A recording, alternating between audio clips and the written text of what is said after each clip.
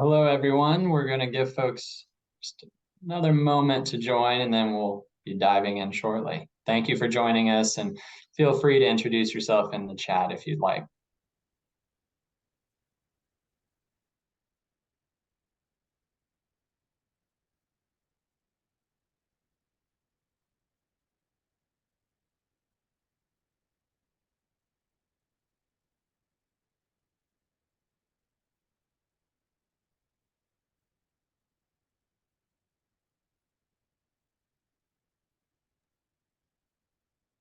All right. Well, thank you everyone for joining us today. My name is Wade Askew from the Georgia Justice Project, and we are thrilled this afternoon to co-host with our friends of the Small Business Majority an event to really honor and celebrate the talents, the contributions, the service of folks who have a criminal record, both in the workforce and outside kind of the traditional workforce. And so this is kind of structured around Labor Day. And so we at Georgia Justice Project know that so many folks who contact our office are doing so because they are encountering barriers to their employment. But despite all those barriers, we know that so many people with a past criminal record are doing so much in their community and contributing so much to our workforce. So today we celebrate that. And so I'm going to kick it over to my friend Rachel Shanklin at the Small Business Majority to just say a few words about SBM, and then we will really dive in here. Thanks, Wade, and thanks to Georgia Justice Project for your continued partnership. My name is Rachel Shanklin, and I am the Georgia Director for an organization called Small Business Majority. We are a national small business organization with a network of over 85,000 businesses and 8 offices across the country. And we focus on advocating and educating small businesses with resources in partnership with over 1,500 business organizations and advocacy organizations. We actively engage entrepreneurs and stakeholders in support of solutions that promote small business growth and drive a strong economy. We connect these entrepreneurs with the information and resources they need to address the biggest issues facing their small businesses. This includes access to responsible capital, healthcare, criminal justice reform, fair competition, and other policies directly impacting entrepreneurship. We serve all entrepreneurs, but focus on reaching under-resourced folks, including women, people of color, immigrants, and those in rural communities. Now, why does a small business organization care about criminal justice reform? We know that small businesses are a crucial part of Georgia's economy and support 42.5% of the state's workforce. Often celebrated for being a small business friendly state, Georgia is home to 1.2 million small businesses. However, recruiting and hiring quality talent has created challenges for growing small businesses. Justice-impacted individuals are often eager to contribute to their communities and achieve financial independence, and entrepreneurship is often a pathway to economic mobility when re-entering the workforce. Though overlooked to persistent stigma, second chance hiring opens an enormous untapped talent pool for small employers.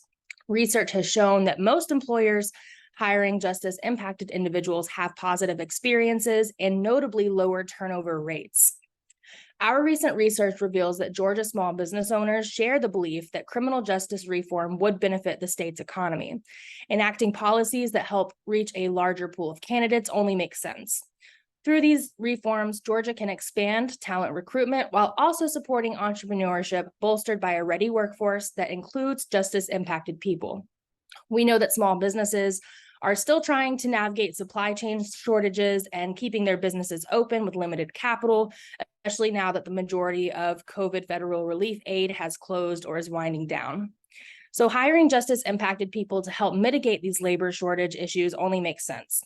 We know that justice-impacted people are often eager to get back into the workforce, and we're excited to still be engaged in this work, and will continue to advocate for criminal justice reform policies in the state to build a thriving and inclusive economy.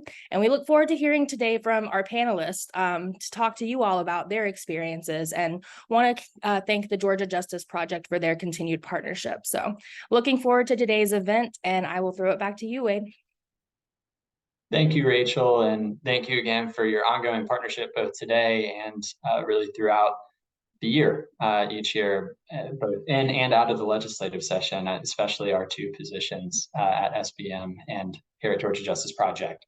So as Rachel alluded to, later on, we're going to have a panelist, which is really the main thing that we want to get to today. But before we do, I want to just give a brief introduction to the Georgia Justice Project, who we are, and then a little bit of context about the criminal legal system in Georgia and the pool of folks who have a criminal record in this state.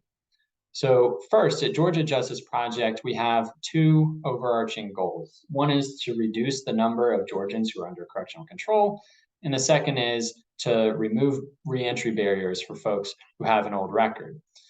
We do that in a variety of ways. First, through individual representation and social services. Second, through policy work, trying to translate the experiences of our clients on the ground to systemic change at the statutory level. And then third, through community outreach. We build partnerships, including with the folks that you're going to be seeing on the panel today, with folks like Rachel, as we partner today on putting this presentation together, and also to build awareness. And if we do change any laws, make sure that that relief is real to impacted communities, that the knowledge is out there about the reforms that we achieve. A little bit more specifically, we intervene at every every touch point of the criminal legal system, from the point of policing and arrest to, again, folks who are in our communities, who are our neighbors, our friends, but they have a record that could be years, even decades old, that is still affecting them in their day-to-day. So we engage in holistic criminal defense. Each of our defense clients also works with a social worker to try to support them in their goals and address any underlying issues that may be going on in their life. We also are engaged with folks who are currently in prison, specifically in the Metro Reentry Facility in Metro Atlanta, trying to clear legal issues to provide for a smooth reentry for folks who are about to come home. And then what many people know us for is our record restriction or expungement work, trying to assist people with an old record that is hampering them in achieving their goals, whether it's employment, whether it's housing, or otherwise.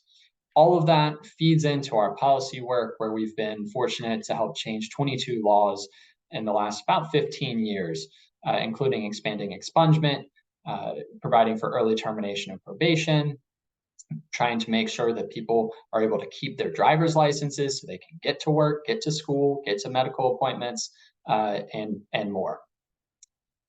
So that's who we are. And then now let's talk a little bit about the context in which we work, and more importantly, the context that our clients live into. So as many of you here may know, the United States is the leader of the Western world when it comes to incarceration rate.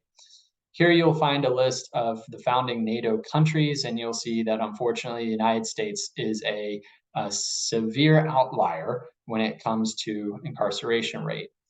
And when we incarcerate that many people, when we make those policy decisions to treat certain things as being criminal offenses, and then to sentence those offenses in certain ways that are outliers, again, from our peers, that also translates into financial loss.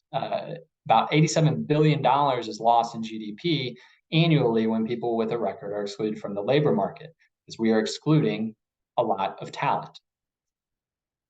If you look within that, within the United States, if you look at the rate of correctional control of each state in this country, Georgia, we lead the way by a long shot in terms of rate of correctional control. When I say rate of correctional control, that refers to people in prison, in jail, on parole, and on probation. As a state, we're number 4 when it comes to incarceration rate. So we do incarcerate a great number of folks per capita, but our probation rate is what makes us the leader in correctional control in the country. Our average probation sentences are about 3 times higher than the average state. 40% of folks who have a probation sentence have a probation sentence of 10 years or more. So we wildly supervise people at much, much higher rates than the rest of the country. And so that is all despite our crime rate actually being right smack dab average. Our actual crime rate in Georgia is 26th in the country. However, how we approach that crime rate is an outlier, with the fourth highest incarceration rate, the highest probation rate, and the overall highest rate of correctional control in the country. These numbers, these statistics, do not affect everybody equally in this state or this country at large. Racial disparities exist at every step of the process, despite there not being any equivalent disparities in actual criminal behavior. So, more specifically, 31% of our neighbors in the state of Georgia are African American. However, 58% of people who are currently in prisons and jails in Georgia are Black. So, meanwhile, our white residents represent 56% of the population at large, but 33% of the population in prisons and jails. Not only do these disparities exist at policing, arrests, prosecution, and sentencing levels that lead to these massive disparities in incarceration rate, but these disparities in terms of these racial disparities linger on far after someone has finished a sentence. Generally speaking, any individual who is applying for a job sees their likelihood of being called back for an interview cut in half. That is true generally amongst the full population of people with records. However, layer on top of that, that Black applicants actually suffer a penalty for their record that is about twice as severe as their white applicants, their white counterparts.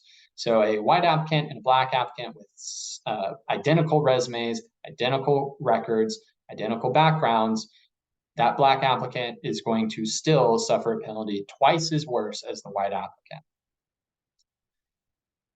So the end result of all of this is 4.5 million individuals who have a Georgia criminal record. Drilling into those numbers a little bit, half of that 4.5 million number have only been arrested once in their life. Many of those may never have even been convicted of an offense, but a mere arrest record for many people creates barriers in life. Of that 4.5 million number, only 14% of folks have a felony conviction. Often when we talk to folks, when we are out in the community speaking with employers or others, when they think of a criminal record, their mind goes to the most sensational headlines they can imagine. But the reality is that the grand majority of people do not actually have a felony conviction. However, when we even say the word felony, that evokes a lot of reactions from a lot of people. However, the majority of people who were convicted of a felony actually were never sentenced to prison for that felony conviction. That's because a judge would have deemed that the offense was not serious enough to actually warrant prison time, despite the state classifying that offense as a felony. Georgia classifies an extremely wide range of conduct as felony. So this could be anything from mistakenly writing a bad check that was worth a little bit too much money to possessing a very, very small amount of a controlled substance. It is a wide range of activity that could be considered a felony in this state. In fact, less than 2% of people overall who have a criminal record were actually convicted of a serious violent or sexual offense. But again, what I would note is that even that population of folks who were convicted of such offenses cannot be painted with a broad brush, cannot be left behind in this discussion. Many of the most inspiring people that I have known doing this work are in that population of folks who do have a serious record, what many people would consider to be one of the more serious records, but that does not represent who they are today. As a last couple of notes, and then we'll get into the panel, is we have, when we speak with employers, they say, okay, we have 4.5 million people have a Georgia criminal record. We know some stats about, broadly speaking, what kind of records are out there. When should I consider something to be relevant or not? And this is when desistance research comes into play. So what desistance refers to is, after someone is convicted of an offense, after how much time is that case no longer relevant? In other words, if I'm arrested and I go a few years without being arrested again, when am I statistically no more likely than anyone in the general population to be arrested again? The answer to that question for most folks is about 3 to 5 years. Most rearrests, most recidivism occurs within 3 years of an initial charge, almost all of it within 5 years. And so once someone hits that 3 to 5 year range, then again, generally speaking, their risk of arrest is the exact same as the general public. And then on top of that, if that individual has a job, they are twice as likely to avoid rearrest than someone who does not have a job. And so we have now, in that 4.5 million number, this huge population of folks who are being excluded despite no real reason, despite being no added risk to the community, and despite them having great talent and great potential to contribute.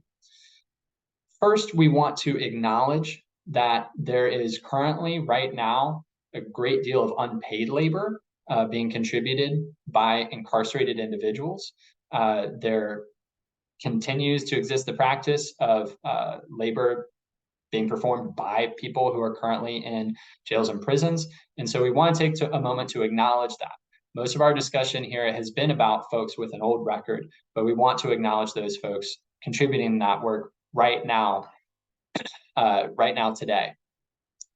Secondly, the population of folks with records, what data shows is a population that is extremely eager to work. Folks with records have an unemployment rate that is about 5 times the rate of the general population. Unemployment rate, for those unfamiliar with that statistic, refers only to people who are actively seeking work. So at a very high rate, you have people with old records who are actively seeking work, but who cannot find it right now. In fact, 64% of unemployed men have at least an arrest record. This is despite the fact that people with records have better retention rates, less turnover, and are found to be more motivated and loyal in their positions with employers than their counterparts without a record. In fact, there's even been a study in the military that was performed by folks at Harvard that showed that folks with records advanced faster into higher positions in the military than those without. So with that, I'm very happy to invite our panelists, who I will briefly introduce, and then we will get into the point of the program that we're all most excited about, which is to hear from Karima Hanifa, Stacey Howard, and Amber Mullen.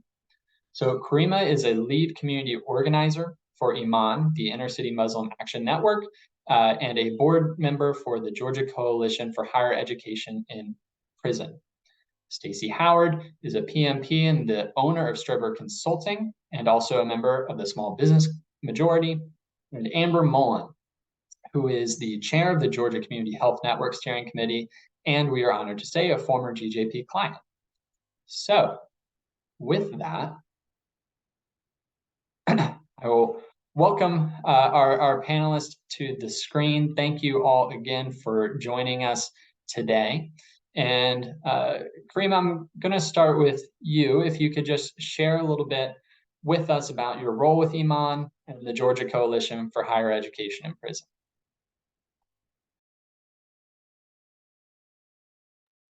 No worries. Can y'all hear me? Okay. Yes. Okay. So my name is Karima Hanifa. I am the lead community organizer with Iman Atlanta, the Inner City Muslim Action Network, where my largest lift, I would say right now, is working on the campaign to restore voting rights for the disenfranchised population here in the state of Georgia. For those that don't know, there are 266,000 individuals who are currently disenfranchised. I also work with civic leaders as well as community leaders to kind of bridge the gaps in reference to reentry, housing, access to healthy food, behavioral health, and just things of that nature. So that's what I do with Iman. And then with the GCHAP, I am a board member where basically I have the ability to vote to make sure that individuals who are directly impacted by the criminal justice system, whether they are currently incarcerated or returning back into community, have access to the same resources and financial resources such as financial aid, and then making sure that as people are re-entering back into community, that they also have access to resources that are necessary for them to be successful. Thank you, Karima, and I You're will pass it welcome. on to Stacy. If you could just tell us a little bit about your current role and how you came to do what you do today. Sure. Thank you, Wade. And hello to everyone. It is great to be here and be a part of this important conversation. A little bit about me. I am the owner of Strober Consulting, which is a small business based out of Atlanta. I spent 2 decades prior to that working in government, where I primarily focused on public health communications, training development, and program management. My time there led me to establish Strober Consulting, and we specialize in creating impactful communications and training programs. I would say that journey started, and it was largely driven just by a passion for helping mission-driven organizations, and realizing that this skill set could really help to make a difference in communities. And, helping, just a passion for helping those organizations and just navigating some of the complexities in public health communications and multimedia compliance within the federal contracting space. Thank you. And then finally, Amber, I know you have a long history of working in the community, and so can you walk us through some of the roles that you've served in throughout the years? Yeah, so I have been out of the system since 2008. When I got out, I became connected with a nonprofit organization in the downtown Atlanta area. It was there I went through a construction weatherization class. So I am licensed in lead, asbestos, mold, and hazardous materials. My first job was working with a construction company down at Fort Benning. And from there, I was actually hired by the organization who sent me through the training under the Lead Safe Atlanta program. So I worked that program until the funding ran out. I became a case manager, retention coordinator, where I was able to be the liaison between those individuals that were placed in employment entities, most of them who had a background, and be that liaison whenever there were issues that would come up. I would check in with the employer, what's new, what's good, how's it going? And so there were no problems, no issues. The background, make sure that was never an issue. From there, I became a housing counselor. I worked with Morehouse School of Medicine with the women coming out of incarceration through Pulaski State Prison, connecting them to resources. And from there, I just advanced. I am a community health worker for a large retail chain, and I just really got involved in community, and just opportunities just came everywhere. So I get in and about everywhere. And now the recent opportunity I've had is I'm now the president of the Georgia Community Health Work Network, where I'm connected to resources throughout the entire state. Thank you, Amber. So all three of you have kind of worn many hats and perhaps are still wearing many hats. So Karima, can you share a little bit what role education played for you, both during your incarceration, after release, and kind of getting you to where you are today? And then also touch on any barriers that either you've experienced or you've seen others in your role with the Georgia Coalition for Higher Education in Prison. Well, I believe in speaking from the heart, so I want to be very transparent with my experience. So I entered the prison system when I was 15 years old. I was there for 26 years, so I came out at 41. I think initially, I wasn't sure what to do with myself pending 2 consecutive life sentences. Probably after receiving my GED, which was pretty easy, I really didn't have anything else to do with my time. So I began taking the theology certificate program. I had taken cosmetology while I was incarcerated. I remember specifically when it was time for me to go to the Georgia State Board, I was told, I don't know who let you in class, but we're not going to allow you to go to state board because you'll never be released, right? So we're not going to waste our money. You're sentenced to life in prison. We're not going to let you go. That was overruled by the warden and deputy warden at that time, which I was able to go and get my license. It was a blessing. It's something that I still get very emotional about, because here I am free, right? Like, to be told, we're not going to let you go get the state a certification because you're never going to get to use it. And here I am out here on this side of the gate. So from there, there was an opportunity to also enroll at Life University's Positive Human Development and Social Change program at Arendelle State Prison, where I was one of the first 15 to be accepted into the program. And so from there, I had an opportunity to kind of learn about the academic world, right? And to learn about systems and how they exist and what like systems are in place to do. And we know like there are education systems, there's the criminal justice system, there's the health system, like there are all these systems that exist, right? That pretty much run things. The systems kind of evolve, overlap. And so upon being released, I was nervous about background checks. And so my very first option was to open my own business as a stylist, because I was a licensed cosmetologist. I did that for about a year and a half, because I came out in 2019. So about almost 2 years, until the pandemic hit. And when the pandemic hit, of course, I couldn't afford the overhead, and I had to look for other employment options. While I was incarcerated, I've always been a stand-up type of person. I've always advocated for people. I've always organized inside of the institution. It was work I was already doing. The opportunity became available out here to work as an organizer in 2020. And it was a blessing that through Life University, actually the day of my graduation is when I received the phone call with the job offer. So like they were calling names to get in line for graduation in 2020 when I called and was offered this position. One of the requirements was to at least have an associate in psychology. And I was graduating that day, which was a journey that I started during my incarceration. From there, I received my bachelor's, and I am now in the master's program at Life University. So what the barriers that I've seen around education, which was not necessarily a barrier, but it is a barrier that exists for other people at other institutions. There's a box on the application that asks about felony convictions or like a background check. I pretty much was able to do a bypass, because when they asked me about the conviction, I put Shalon Project, which is a program that I started in. And then I also, for explanation, told them to see the dean of the Shalon Project, right? Which once I said that, they should know.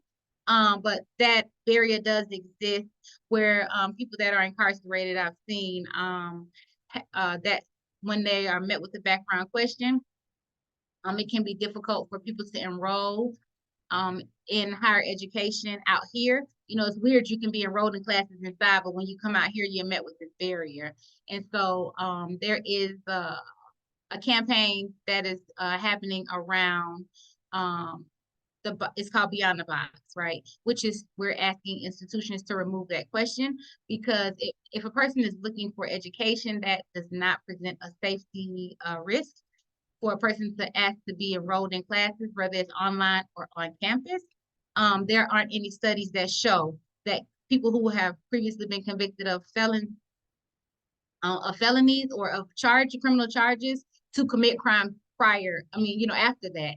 A lot of times when these crimes do occur on campuses, nobody even saw it coming. It's just like something random that happens, right? So getting civic leaders and community to be on one accord to understand that it's not a community safety issue to allow people to be enrolled in college courses. And then back to the organizing work with Iman, rights restoration is a very important piece. Studies have shown that when individuals feel that they belong as a part of the communities that they live in, that recidivism drops, that people never stop being citizens, that we are counted in the census count every 10 years. So why is it that we're being counted? In order to pour finances into communities, but we do not, and we are required to pay taxes, but we are not allowed to participate in democracy. So we don't get to decide who will be our senator or our state representative, or even our sheriffs in that instance, right? And so basically that's an overview of the work that I do in combination with the GCHAP board member work that I do. I hope I didn't go too far to the left or too far to the right, you know. But yeah, and I love the work that I do because I'm all about providing resources for individuals, especially individuals who have been directly impacted. I will sit down quicker with someone who has been directly impacted by the criminal justice system than just a random person, to walk them through a FAFSA or to walk them through a job application process, or to walk them through an application for housing, right? I constantly receive phone calls from individuals asking about background friendly housing. And like, I'm for the people, like I will get up in the middle of the night to assist someone just to kind of set the standard for other people, and to be a stand-up, not guy, but you know, stand-up girl. Like I want to be a stand-up person. I want to be as impactful as I can and leave behind a legacy as someone who completely changed their life around and who is now an asset to community. So yeah, that's basically the work.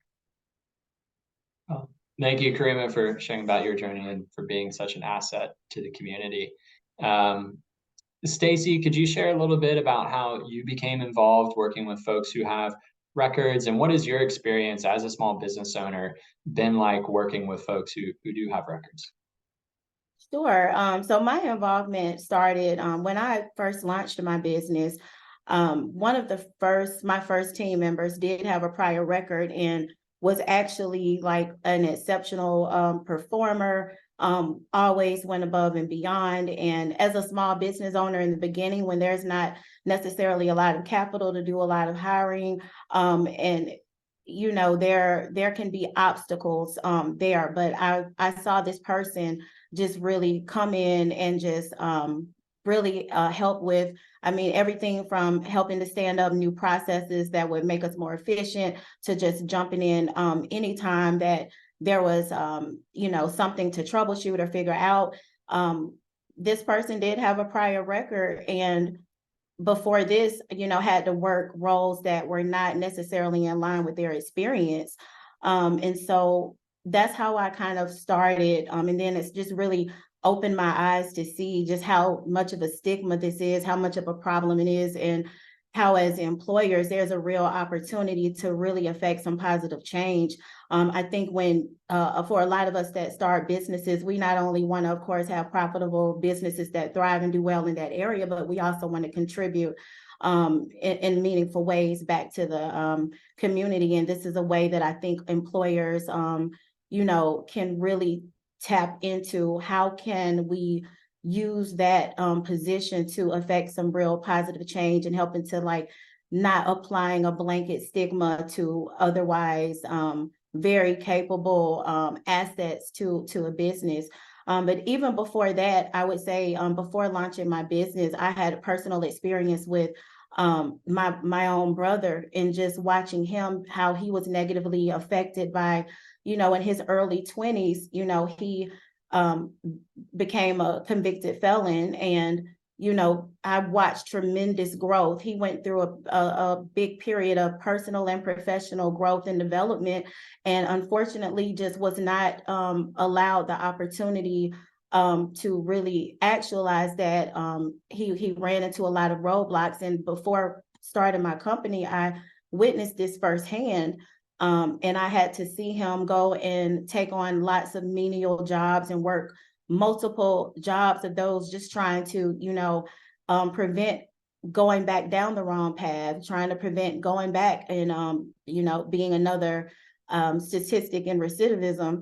And just watching what he went through, it really kind of set the mindset for me to already kind of understand the challenges. So when I started my business, Coincidentally, that, like I said, that first team member had a prior record and was really exceptional. And I saw a real opportunity here to kind of help destigmatize and affect a positive change in those areas. Thank you, Stacy. And Amber, you've already shared a bit about kind of all the arc of employment experiences that you've had in the last 15 years or so. Has your record posed any barriers throughout those years? And if so, how have you been able to overcome those challenges? So yes, my record definitely is a barrier, even still today. Initially, when we speak of employment opportunities, it's very hard to get a job. That's why I had to go into the unconventional training of the construction industry for someone. Normally, I had a lot of office work, right? History. So I had to kind of think outside of the box, right? And how I was able, because I had 4 children at the time. And so how does that maneuver, right? But I was determined where others say no, I say yes. And one of the things that I had talked about with my counselor at the time was like when employment opportunities. When you're in the system, you have to work, you have to do something, right? So you can put down on your resume what it is that you did. They don't have to know you stayed there, you live there, but you put on that work, so there's not that big huge gap. For those that had work, I had already completed my high school. When I got out, some of the things that I wanted to do, I was coached as to, well, your background, you might not be able to get a job here or there.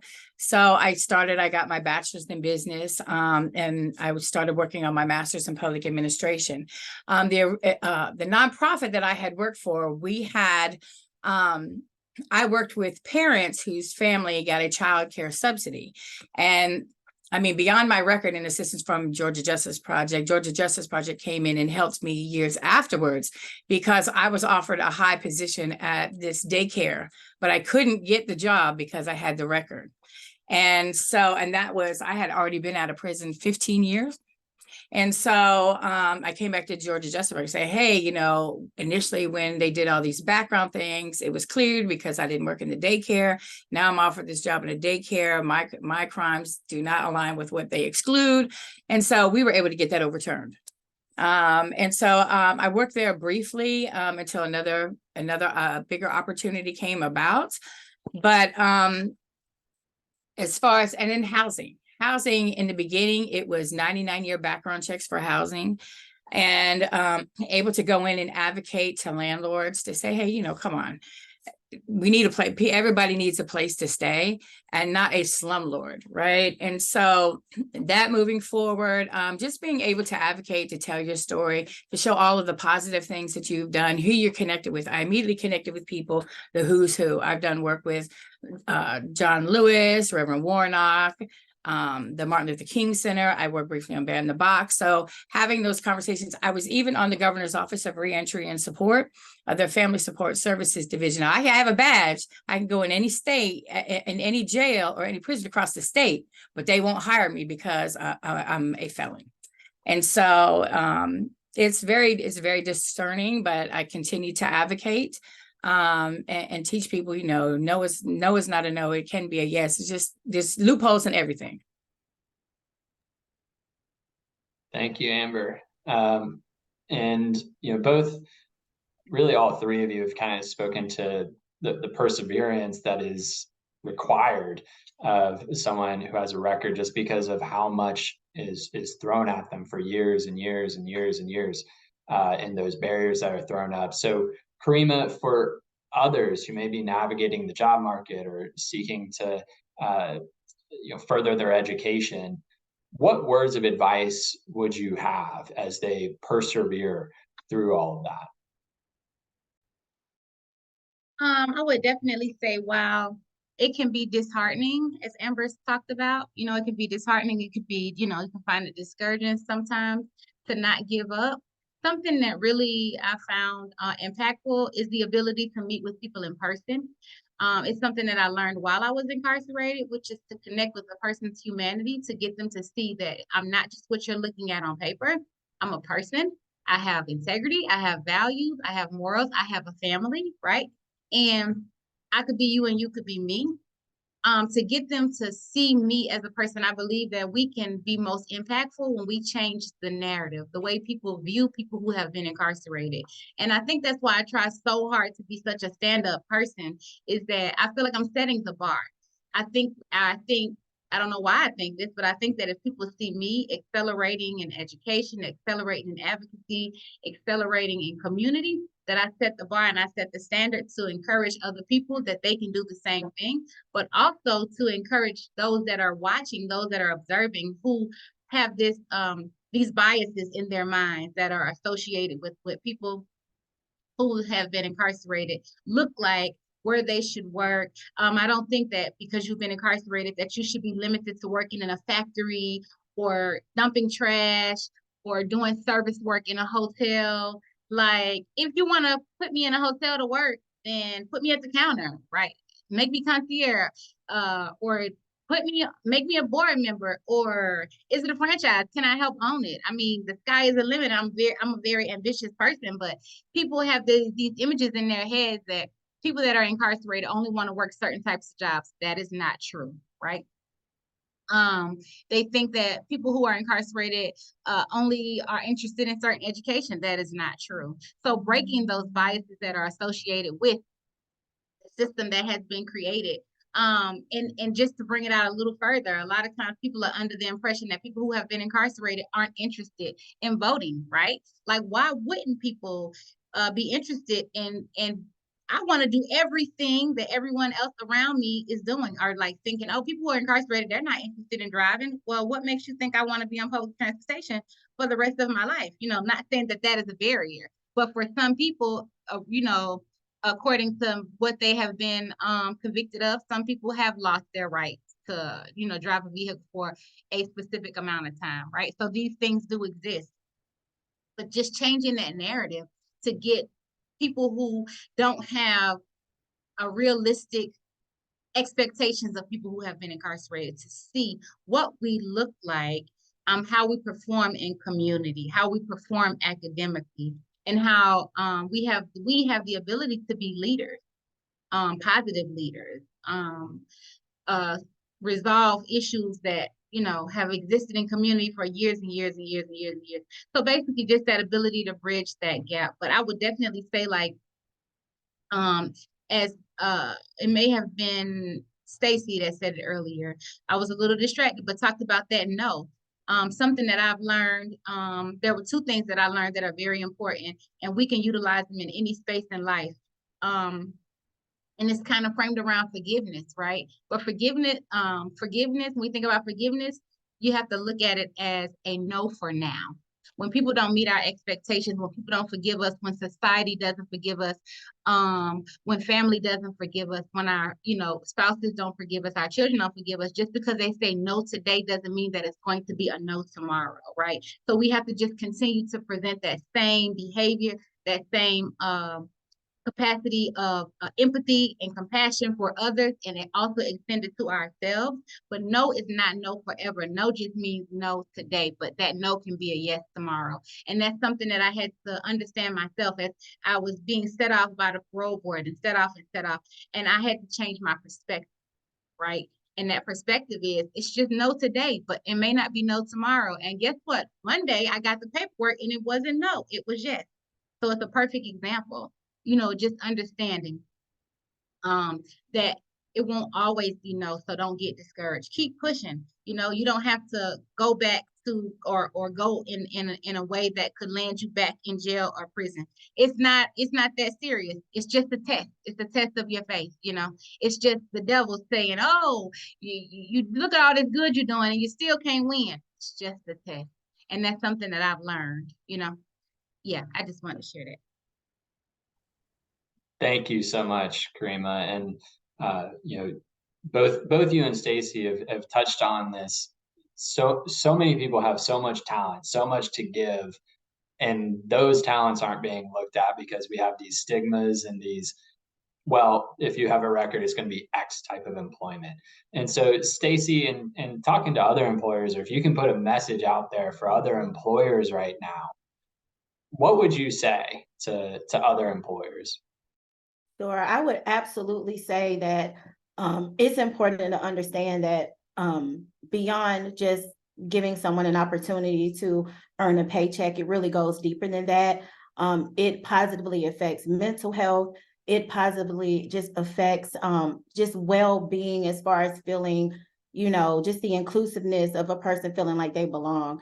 And just to not apply a blanket stigma, look at each individual on a case-by-case basis, because to Karima's point, they, should not be limited to certain jobs, because I've known very talented people, very talented individuals that, if we look deep enough, we all know someone who's been affected. Like I mentioned, my brother, who unfortunately ran into so many obstacles with being able to show his talent, and just how that negatively affects health, mental health, societies as a whole, recidivism. So I would say to employers, just I've had positive experiences, and I work in an industry that in some projects can be highly regulated and have stringent background checks, but it is important to look at each person on a case-by-case basis.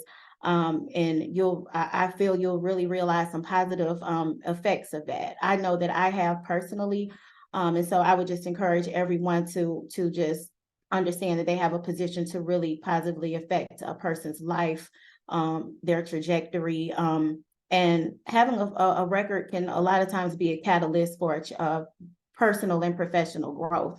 So we can help to, make that transformation in those lives. So that would be my message. It would just be simple to look at everyone on a case-by-case basis, not apply the blanket stigma. Thank you. And Amber, I want to kind of ask about how, again, we've been talking about all the talent and all the assets that folks who have been through this system have to bring. How does your experience with this system actually help you in engaging in a diverse group of people, whether it's with your role through the community health network, whether it's the community work that you do both in and outside the workplace? What does it kind of give you to be able to reach people and to be able to serve in a way that maybe others can't? So first and foremost, I think we all agree that the system is corrupt. And you never know why an individual is where they are, right? Where I was at, there were many women who were there taking charges for their male counterparts. There were just various different reasons. If they took this charge and they pled guilty, then they would get a lighter sentence versus a longer sentence. There's just a lot of different ways to finagle the system. And someone who's scared, like, oh my God, for a female, I got kids, what am I going to do? The quickest way out of this stuff, right? So, but then we never think about the long-term effects of that. So I think, having gone through what I went through, and when I got out and the different barriers that I faced, one of the things, I don't know if I shared it with you all. I had actually taken the bar exam and passed the bar exam, and was accepted to Georgia State Law School. But less than 2 weeks later, my husband was murdered in Stone Mountain. So I never went. But I say that to say, even with that monkey on my back, quote unquote, Georgia State was still willing to accept me. And it took me a while to get really through that. But trying to advocate, even in his murder thing, and eventually in 2021, my 18-year-old was murdered in South Carolina. That all came up. Aren't you a convicted felon? So your credibility and things like that. And so credibility, whatever it is in life, because you now have that monkey. So advocating has been really hard. And I'd say that to say I was able to use my life experience in prison and out of prison and the different barriers that faced, combining with the work that I do for community health work, where my son was killed in South Carolina. I was able to address issues in that community, corruption in the legal system, put a gang on a national gang registry, and divert $66 million out of politicians' hands back into a community that is riddled with people who have a lot of barriers like we do now, right? And then also I give back for, I actually, because of different speaking things I've been on, there's a gentleman in Alabama who's been incarcerated for 26 years, never had a parole date, nothing. He got life, possibility of parole. And looked at his information just based on conversations I've had with GJP about my own stuff. And different advocacy platforms and trainings that I've been through and researching. And the NAACP and the ACLU are going to be taking up his case to get him out. He's going to go before the parole board in 2 weeks. So giving back and just teaching people, like Karima said, no, it's just no for now. Never get discouraged, because I got discouraged in the beginning, but I had to, it's God's plan to take me through it, to make me stronger on the other side. So I do a lot of advocating for a lot of people. And it's a story, your story. If you can tell your story to a point where it incites emotion and effective change and incite change, then it's worth going through it all. Thank you. And thank you to all three of you for being so open with your story and your message as well. We've got about 2 more minutes for one last question that I see in the chat. And frankly, all three of you, I think, have a lot of insight for this. But the question is, what do we need to understand about those who've been in the system when they are actively seeking employment? So I don't know if one of you wants to jump in. Like I said, I think everyone, I see Karima raise her hand first, and Amber as well. So both of you take a quick run at this. I'm gonna go real quick. You ready? This is the quickest answer. People that have been impacted by the criminal justice system, works ethics are stronger than anybody else I know. We'll get up at 5 o'clock in the morning and work till 4:05 the next morning. We're gonna be on time because we understand that we got to work twice as hard as everybody else to be as successful as our counterparts who have never been incarcerated. Okay, I can to piggyback off Karima, she's absolutely right. For me, when you talk about that bonding letter and all the tax credits and everything, honestly, employer really doesn't understand that. They don't want to hear that. They want to know that you're not going to steal their stuff, right? So for me, I equate that to like an order of protection. It's only as good as the paper it's written on, right? So you really have to advocate for yourself, and you never know if you may be in that situation one time. So now to, as a protected class, I mean, we are afforded the opportunity. We have paid our debt. And I will hire someone with a background before I hire anyone else, because like Karima said, we are dedicated. We know what it's like on the other side. We're not trying to go back, and we just keep moving forward as soon as we get out. Yep, and I'll second what Karima and Amber both just said, just in my personal experience with just the work ethic. And I think it's just important to know that people are people. You cannot hold a person to something that happened in their past, because we're all growing, we're all learning. Look at things on a case-by-case basis, look at the individual, what they have to offer, their work ethics. And I think they couldn't have said it better.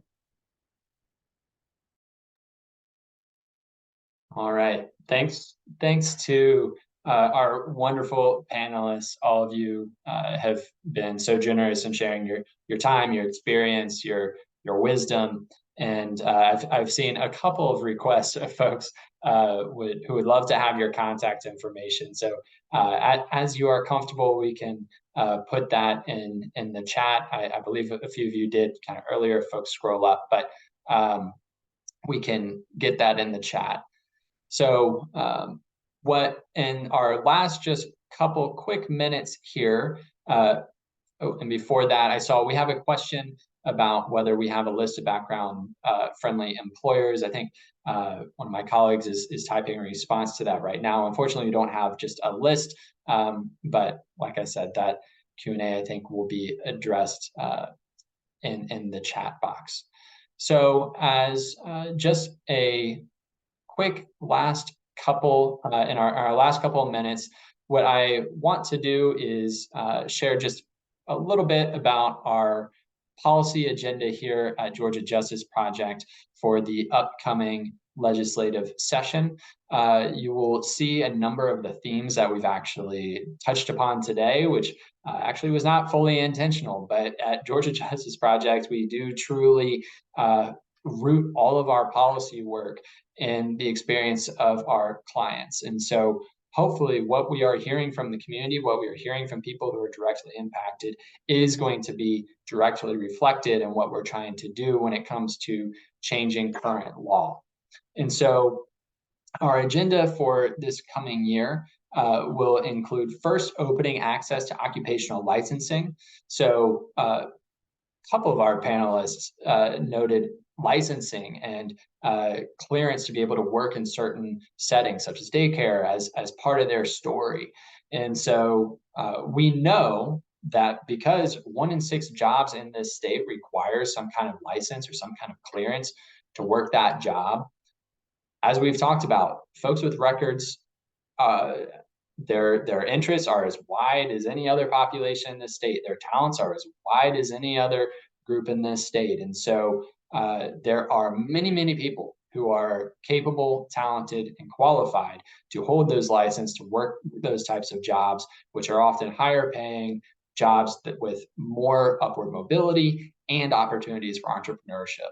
And so what we hope to do through our bill SB 157 is to improve the process for folks who do have a record, who are seeking employment, to make sure that there's transparency in the process so that they can know before investing in their education and training whether or not their record is going to be a barrier to hold that license, so that they can move forward in confidence when they do want to make that investment, to make sure that there's proper due process in the journey to getting a license, and then also to make sure that only relevant records are actually considered, that things that are old, that things that have nothing to do with a certain profession, that those are left to the side so that boards and agencies are only considering what actually may be relevant.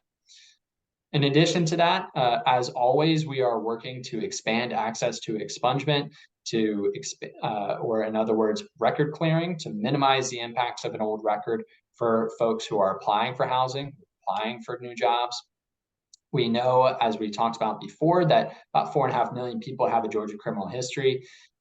One thing to highlight in the bill that we will be running in the winter is that only for folks with misdemeanor convictions, they are limited to only clearing 2 misdemeanor convictions in their lifetime. So if you have a third, right now, law does not allow you to even get in front of a judge to plead your case to restrict that third conviction, no matter how old it is, no matter how minor it is.